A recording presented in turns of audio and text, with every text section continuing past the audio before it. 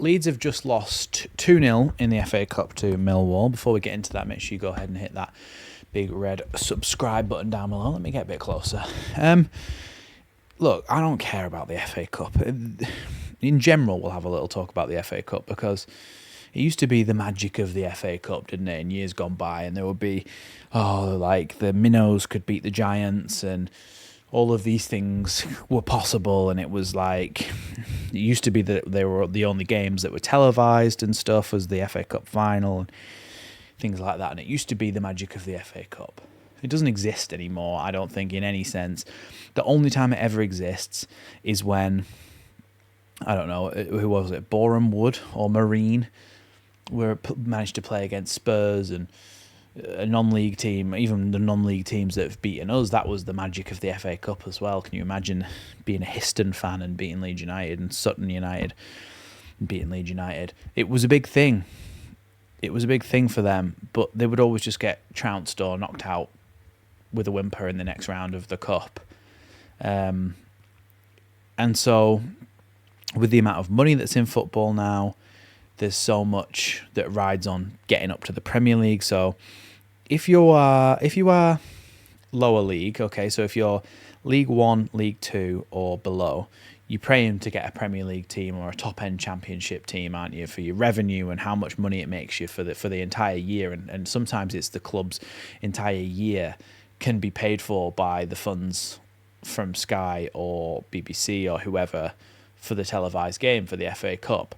But now that they've scrapped replays, even that's been lost pretty much, that kind of element to it. So you've got that on one hand. Then you've got Championship teams who couldn't give a flying about the FA Cup because all they really care about is getting promoted to the Premier League. And they know for a fact as well that if they come up against a Premier League team, most likely chances are that they'll lose because of the disparity in money that between the clubs. And then when you get to a Premier League team, a lot of them don't take it seriously enough and just play their second string team anyway, then get knocked out, but eventually a Premier League team wins it and the cycle repeats itself. Boring. The FA Cup is now become boring. Yes, we've just been knocked out. No, I'm not that arsed about it because, like I said, the magic of the FA Cup no longer exists. The second thing is, obviously, everybody says when they get knocked out of a cup, let's focus on the league. But now more than ever, it's prominent for Leeds because we are top of the league, have had 14 games unbeaten or whatever before this, had been playing really well, scored a hell of a lot of goals, conceded not very many at all, and have been doing really well at Elland Road as well. So this is a bit of a temporary blip. Let's talk about the actual game now. I know we're about 3 minutes in here, but let's talk about the actual game.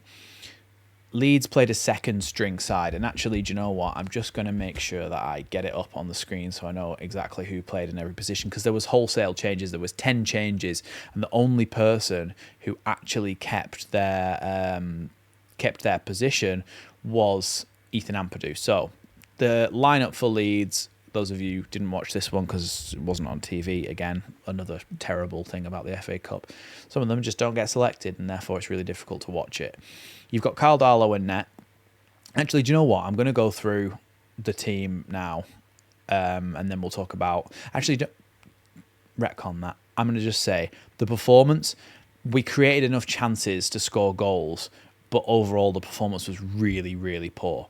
Let's start with Carl Darlow. Carl Darlow, this is a chance for him to make his case because although Daniel Farke has kind of put ultimate faith in Illan Meslier to be Leeds goalkeeper, Carl Darlow has been called for by a lot of fans to start games in the Championship. And today, yes, his first goal, I don't think he could have done anything about. It was very unlucky. The shot that came in, it deflected off Gilavogi's foot and sent him the complete wrong way. And there's nothing he could have done about it. But the second goal, I just think, look, there's no such thing as being beat at your near post in terms of, you should always save things at your near post. I've heard Ben Foster, I've heard Rob Green, I've heard multiple other goalkeepers say that this near post thing it needs to be stopped because it's an absolute myth. If they hit it hard enough at the near post, it goes in. But this goal, the second goal, the angles that I saw of it, the time. Someone said it took a deflection. I didn't see that, so I'm basing it off what I saw. It went under him and it wasn't a very powerful shot, and he let it in, and it was poor. So I don't think he really made too much of a case for being any better than Illan Meslier. Isaac Schmidt played at right back, and a lot of people have been calling for him to get more game time. And this was more of a like, this is actually against the Championship side, so how do you do? He did all right, I thought. I thought he was a lot better in the first half than he was in the second half. His interplay, his passing, and his getting forward was decent. It was a little bit like a Firpo light, but on the right-hand side, he was not as good as Firpo, but was able to provide those attacking runs in a similar way. And I thought that he was okay, but there was a few times where you just think he's been a bit lightweight, being pushed off the ball. Ampadu, again, he was taken off later on to protect him, but he was okay. I think it was one of his worst performances, but then for him, that's not saying too much because he's pretty good usually. Tackling, positioning-wise, he was all right. It was just some of his passing was off a bit. Strauch as well, similar situation. Byram, I thought, was really poor today. There were so many times where you get Byram in a position on the left-hand side where he's overlapped, and it's like, cross the ball in with your left foot then. Perfect opportunity to do so. And he turns back and then kind of awkwardly kicks a ball towards Rothwell that goes behind him, and it slows the whole move down. It's just like, just use your left foot and put it in the box. What are you afraid of? And he did that a couple of times, and I think he had a bit of a stinker today, to be honest, Byram. Then you've got Gilavogi, who he made a bad challenge that could possibly have been a red card. He was okay other than that, but I wouldn't say he was amazing. I'm pretty happy with what his role is at the moment this year, is to be basically come on and shore up a game at the end. I wouldn't really have him start in Championship games. Rothwell was one of the better players, I thought, trying to make things tick in that midfield, basically going across and doing the legwork for Gilavogi as well, who I don't think's quite probably got the legs to do that job. He was running around all over the place and providing support for everybody. Sam Chambers out on the right-hand side, I was impressed with what he did, given the fact he's only 17. Some of the positions he got himself into and some of the crosses he put in the box for others were good. And then the shot he had, perhaps he could have done a little bit better by putting it either side of the goalkeeper. Of course, Leeds did have a penalty as well. Let's just go back to Pascal Strauch a second, because he took that penalty. I completely forgot about that. The goalkeeper went the right way, saved it onto the post. It was a decent save, but Strauch should have done better with the chance. Nonto played in the number 10. He's a little bit different type of number 10 to what Aronson is, and I think he did kind of... I think he provided a little bit something different, but not quite as good, maybe, in that number 10 role. I wasn't too happy with his performance.